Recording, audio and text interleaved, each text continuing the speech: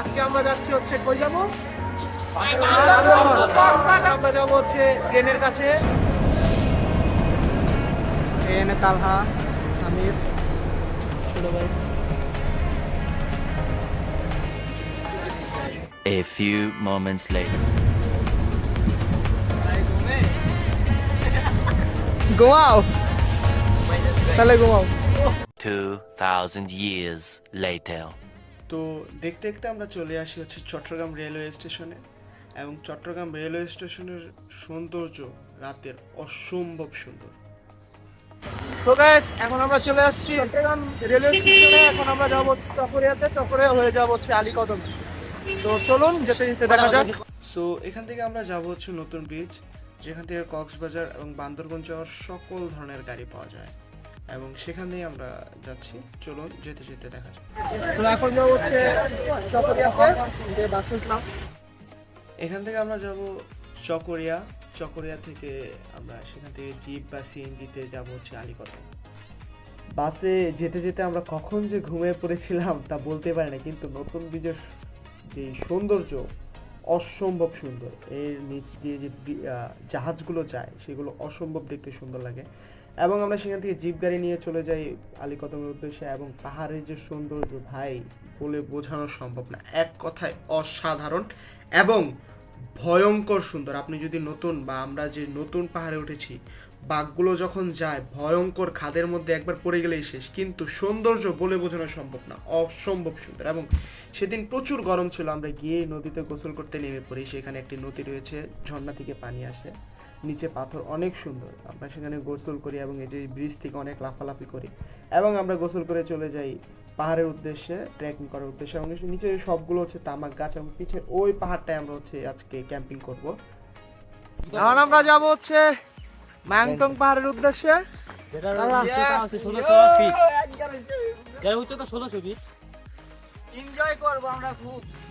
এই যে পাহাড় হচ্ছে এটা।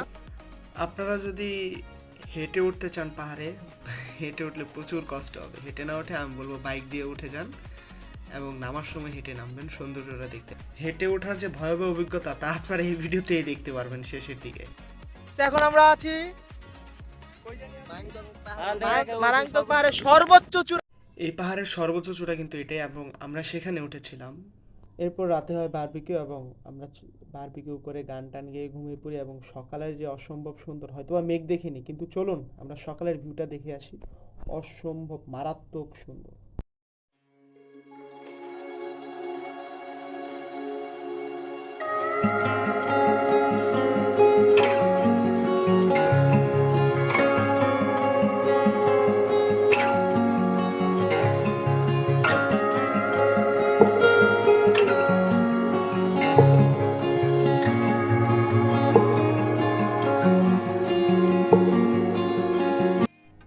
এখানে আমার যে ছোট ভাই তানিম, সে পাহাড় থেকে নামতে নামতে তার প্যান্ট হারিয়ে ফেলেছে, এবং পাহাড় থেকে হেঁটে নামার পরে ওঠার যে কষ্টটা ছিল আপনারা দেখুন যে হেঁটে উঠলে কি হয়।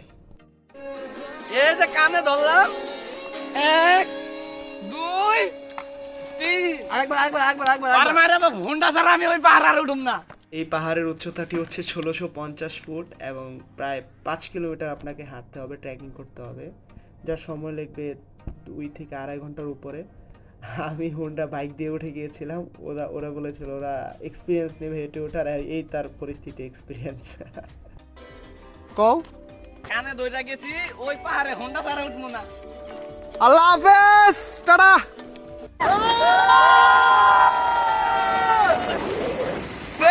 আমরা পাহাড় থেকে নেমে জিপ গাড়িতে উঠে পড়ি, এবং জিপ গাড়ি আমাদের আগে থেকে আনা ছিল, এবং আমরা বলেছিলাম আমরা ছাদে বসে যাবো জিপ গাড়ির। এবং ছাদ থেকে যে পাহাড়ের সৌন্দর্য দেখা ভেতর থেকে, তা আমরা যাওয়ার সময় উপলব্ধি করতে পারিনি। দেখুন, চলুন দেখে আসি।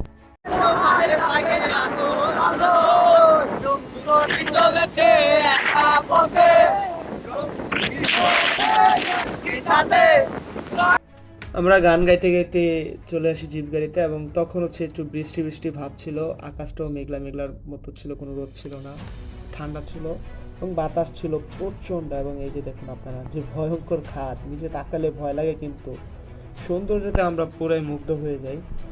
মানে পাহাড়ের সৌন্দর্যতে কিছু বলার নেই, আমি বলবো, এবং এটা সবাই বলে, শুধু আমি না, আপনি যদি বান্দরবন না দেখেন ঘুরে, আপনি বাংলাদেশ দেখেন, এটা আমি বলতে বাধ্য। আমি এটা আগে শুধু শুনেছি, কিন্তু আমি এখন বলতে বাধ্য, আপনি যদি বাংলাদেশ ঘুরেন, বান্দরবনে অবশ্যই ঘুরতে যাবেন।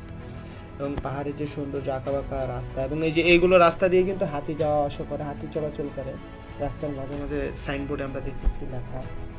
এবং সেনাবাহিনীর চেকপোস্ট রয়েছে, এবং আপনাদের যাওয়ার আগে অবশ্যই 2 থেকে 3টা আপনারা ভোটার আইডি কার্ড অথবা জন্ম নিবন্ধনের ফটোকপি নিয়ে যাবেন, যেটা অবশ্যই লাগবে। এবং পাহাড়ের সৌন্দর্য, পাহাড়ের জুম চাষ দেখতে পারবেন। এই যে জুম চাষের জন্য পাহাড় পুরানো হচ্ছে, বিভিন্ন ধরনের গাড়ি আছে, আপনারা দেখতে পাবেন। এবং পাহাড়ে যখন বাসটা নেবে, আপনারা যদি ছাদে বসে আসেন, আপনাদেরকে 2 থেকে 3 জায়গায় নেওয়া হবে। একবার হচ্ছে পুলিশ চেকপোস্টে গাড়ির ভিতরে নিবে, ও ছাদ থেকে নামিয়ে, এবং আরেকবার সেনাবাহিনী চেকপোস্টে। আমরা সবাই, যে আমার প্রথমে প্রচুর চোখে বাতাস লাগছিল, আমি নিজ থেকে গাড়ি থামিয়ে চশমা নিয়ে নিই, এবং চশমা পরে আমরা সবাই গান গেতে থাকি এবং মজা করতে থাকি। মজা করতে করতে আমরা কখন যে চলে আসি বলতেই পারবো না। এবং সো আজ এ পর্যন্তই। আপনারা যদি আসেন, অবশ্যই আসবেন, দেখে যাবেন, বান্দরবনটা ঘুরে যাবেন। আমরা বান্দরবন সব কিছু ঘুরতে পারিনি কুকিচিনের তাণ্ডবের কারণ। এখান থেকে আমরা যাবো হচ্ছে এখন কক্সবাজার। আশা করি কক্সবাজারের ভিডিওটি আপনাদের সাথে শেয়ার করতে পারবো। ধন্যবাদ।